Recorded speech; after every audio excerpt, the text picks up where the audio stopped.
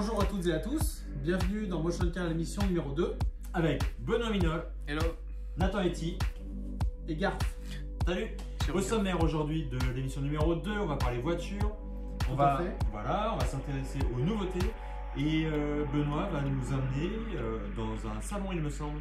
c'est ça, donc on va aller à Interclassique à Bruxelles. Allez, on y va. On y va.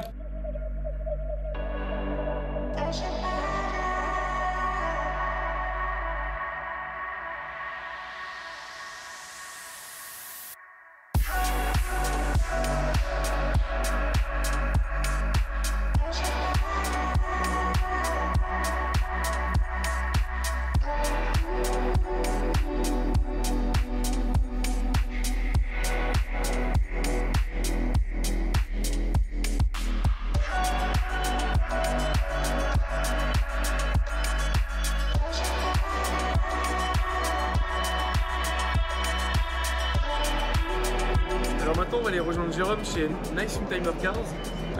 C'est quelqu'un qui est vraiment passionné, il est aujourd'hui vendeur de voitures, mais spécialisé dans les vieilles voitures. Il peut aussi vous trouver des voitures récentes, mais c'est très rare. Allez, venez, on y va.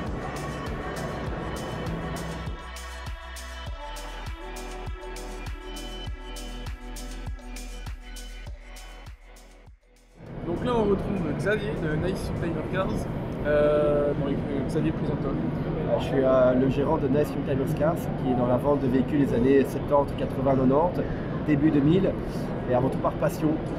Je suis un grand passionné de voitures depuis tout petit et puis j'ai la chance de faire de ma passion mon métier, vendre des belles voitures à des gens qui se font plaisir. C'est que du bonheur.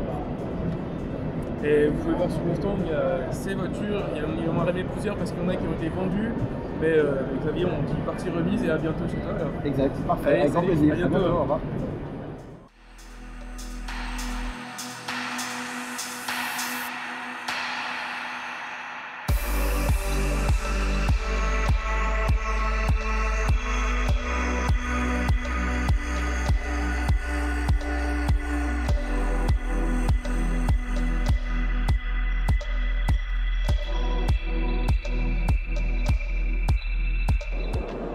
Là on retrouve une Spyker C8 qui développe un 620 chevaux avec un V8 4 litres.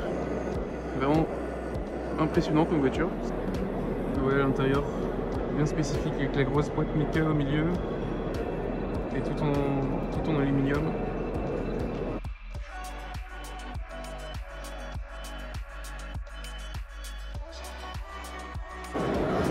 Donc encore une fois pour prouver que l'Interclassique on y trouve de tout, voici des moteurs Porsche. Donc ça c'est Porsche. Donc il y a du flat 6, il y a du flat 6 avec carbu et du flat 6 à injection. Ok. Donc il y a le choix.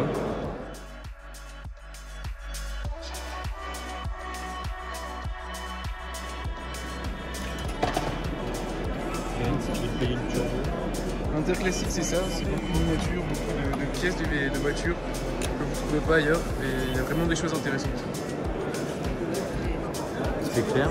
Puis en plus ça me donne l'occasion de replonger dans notre enfance. C'est merveilleux. Ouais, c'est parce qu'accessoirement il est âgé quoi.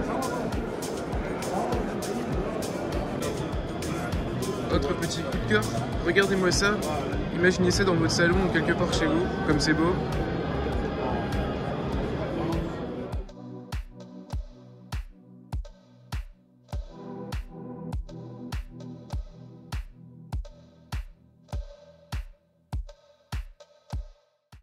Alors voici autre vidéo pour une voiture qui est hallucinante, la seule en Belgique, donc produite à 70 exemplaires pour les 70 ans de Porsche, complètement en carbone, c'est même pas une peinture, c'est un covering complet.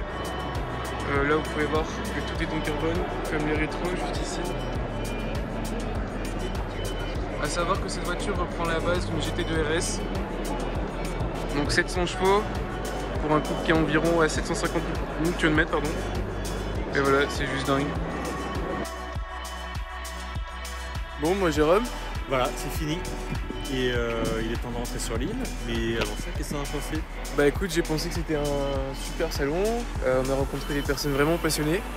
C'est carrément cool de rencontrer toujours des personnes qui qui en savent un paquet sur l'automobile et surtout qui ont plein d'anecdotes. Voilà, et nous on va repartir en sable, dans la joie et la bonne humeur. Ouais, c'est ça, on part en sable. Et en tout cas, merci à vous et à bientôt. Attends, il s'est passé beaucoup de choses. Ouais, il s'est passé vachement de choses ces 2 dernières semaines. Il y a la McLaren Elva qui est sortie, la Ferrari Roma, la BMW M2 CS, la Mustang Mach-E, voilà, L'Aston Mach-E, ouais, la DBX, l'Aston DBX la et John la Cooper Wars. Mini GP3. Ouais. Personnellement, moi, la M2, c'est une voiture qui va tout de suite taper dans l'œil. La première génération, quand elle est sortie, je me souviens, je l'ai vue par hasard en train de rouler sur route ouverte. Je trouve toujours que c'est une sensation assez incroyable de voir une nouvelle voiture sur la route, plutôt que dans un salon, en statique sous des spots. Ouais. Là, on est vraiment dans un environnement très familier. Et j'ai trouvé incroyable de par ses proportions, de par le regard, les feux. Elle me rappelle quand même la 1L. Ce que j'allais dire pour son gabarit. Ouais, c'est la C'est la descendante. 1L, ouais, C'est ouais. le succès de la M, ouais. Et je trouve que la filiation est plus logique avec la M3 E46. Tu vois, on fait la M3 E46 et on part sur la M2. Ouais. Je vois plus un lien de logique de filiation Entre plutôt que. ouais, pareil. C'est vrai que quoi qu'il en soit, moi c'est une voiture que j'adore avoir dans mon garage. D'ailleurs, dites-nous en commentaire ce que vous pensez de cette M2. Est-ce que pour ce prix-là, parce qu'il faut savoir que la M2 elle a combien, Benoît? Bah là, M2 CS, on va dire à partir en remise, en tous les cas, à partir de en gros 100 000 €. Et petite question aussi, vous préférez une M2, une RS3 et après À 45? à 45? Alors, il n'y a pas photo. Hein. Personnellement, je prends directement la BM. Ah ouais, toi, Là, je prends la BM, c'est de tout, M. voilà. Ouais, tout à fait. Là, c'est clair et net. Ça, c'est la M2 que je mets dans le garage parce qu'elle est propulsion. Ouais, toi, ouais, forcément. Ouais. Et non pas quattro, donc tu as fait raison. C'est ça. Et en revanche, par rapport à des puristes du pilotage, entre guillemets, donc je prendrais la DKG7. D'où la Saab. Voilà, d'où la Saab, qui rentre en compétition directe avec rien. Ah, c'est une 7 rapports double embrayage DKG7, ouais, double embrayage. qu'on retrouve sur d'autres. C'est ça. Mais dans la philosophie M, avec un développement spécifique et elle tire un peu long, je crois que c'est 280 km/h je crois, en max. Ouais, avec Enfin, un 0 bridé. à 100, avec la boîte auto de 4 secondes et avec la boîte méca de un peu 4,2. 4 secondes, c'est quand même incroyable. 0 à 100. Non, mais c'est quand même incroyable. Moi, je veux faire plusieurs parallèles parce que je suis un peu. Enfin, ça fait quand même plusieurs années que je m'intéresse à l'automobile. Et je trouve ça quand même incroyable aujourd'hui que sur une si petite voiture, quand tu vois la chaîne alimentaire automobile, la M2, elle est loin d'être au-dessus. Quand tu vois que tu fais 0 à 100 4 secondes avec ça, c'est incroyable. Oui, mais c'est parce que en fait, c'est possible aujourd'hui, parce qu'on a fait de l'électronique sur les voitures. Donc les anti-pontillages sont super performants. C'est aussi possible parce que le plus gros travail qui a été fait, et encore, il y a tellement à dire, c'est sur les pneumatiques. Ouais. Maintenant, on a des pneumatiques qui adhèrent. Et puis, suspension aussi, suspension, la gestion pour la moteur, rigidité. la gestion boîte, tout est tellement modifié qu'effectivement, on peut faire passer de la puissance. Mais la contrainte, c'est que plus on va avoir de la puissance, plus il faudra mettre de l'électronique. Sinon, Pour la gérer, pour la gérer, oui. Et au quotidien, ça risque d'être, ça peut être très folklorique. Hein. ça peut être beaucoup de puissance. En fait, quand la N2 est sortie, je me suis dit, je pense que c'est la sportive idéale parce qu'elle a l'air polyvalente. J'ai jamais conduit, mais elle a l'air polyvalente. Elle a un format qui est quand même relativement compact, donc facile à utiliser. Enfin, moi, je m'imagine très bien mon utilisation. Je fais beaucoup du Paris, Lille, Bruxelles, ce genre de déplacement. Je m'imagine bien en ville avec, et je pense qu'on peut vraiment s'amuser. Elle est suffisamment compacte, même en termes d'empattement, pour être agile. Et 370 chevaux dans la première version, je me suis dit, à mon avis, c'est le package idéal. Moi, j'aimerais vraiment parler de la Ferrari Roma. Ah, cool. Qui m'a fait complètement craquer, parce qu'en fait, je suis un fan des nouveautés en tout genre, quelles qu'elles soient. Je suis toujours friand de voir ce que les marques ont de nouveau à proposer. Mais alors là, je vais te couper parce que tu dis que c'est nouveau. Et j'ai vu la story d'un de mes followers. Et paf, il me balance une photo d'une Aston Martin. Le concept car en fait, qui était dans James Bond. Ok. Et paf, je me dis mince, parce que la Roma, je la trouve belle. Franchement, je la trouve belle. Et je trouve qu'il y a une filiation. Je suis fan de 250 des années 60. Et je trouve qu'on voit la filiation de 250.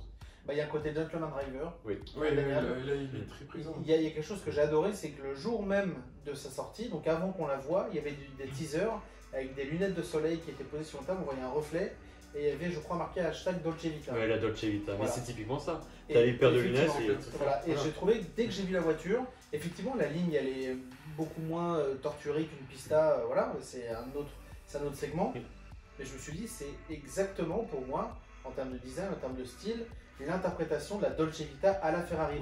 Quand tu vois tout ce qui est 275 GTB, pour moi perso, c'est la Ferrari que je préfère. Je suis amoureux de cette voiture. 275 GTB et toutes les 250, elles sont, et c'est l'époque qui le voulait aussi, extrêmement rondes et fluides. Oui. Et ça apportait pourtant beaucoup de puissance visuellement. Mais celle que j'ai. Alors j'aime beaucoup la 250, mais après, dans les routières, c'est la 365 GTB4, donc ce qu'on appelle la Daytona. Ouais. D'accord. Qui elle commence à être un peu anguleuse. Et j'aime beaucoup ça. C'est vrai qu'il y a un. Il n'y a pas à dire, Oui. par contre, enfin, les intérieurs Ferrari, ça reste quelque chose. Ouais. Ah bah, c'est magique. Exceptionnel. Je Exceptionnel. sais pas ce que vous en pensez, mais vraiment, les intérieurs Ferrari, c'est. C'est magique.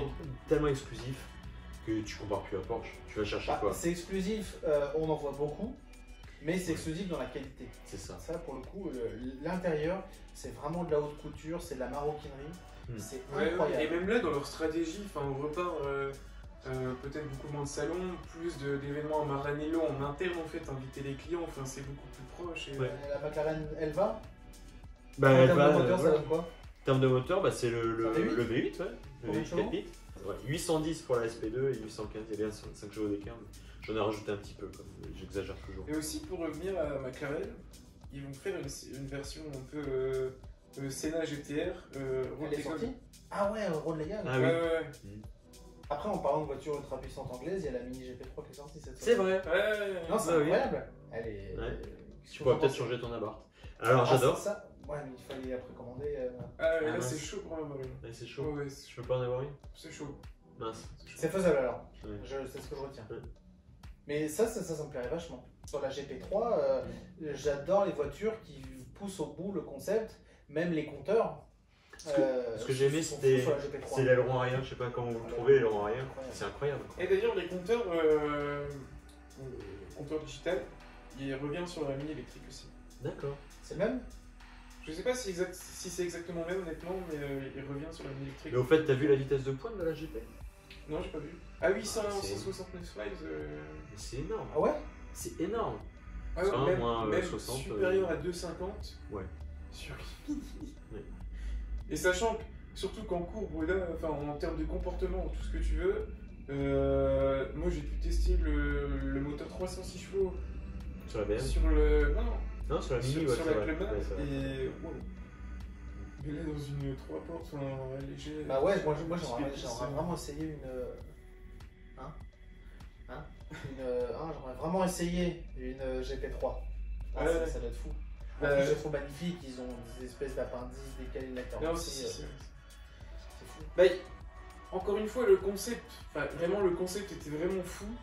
Mais enfin, je pense qu'on peut pas sortir non plus un concept comme ça serait sinon ce serait déjà fait. Mais ils ont bien repris, enfin, même le kit carrosserie, enfin, l'idée GP, c'est Bon, Jérôme, Benoît, c'était sympa. À bientôt. Carrément. On y va? À bientôt. N'oubliez pas, hein. 3 décembre, la prochaine. À dans Yes. 15 jours. Dans 15 jours. Allez, salut. Salut. Ciao.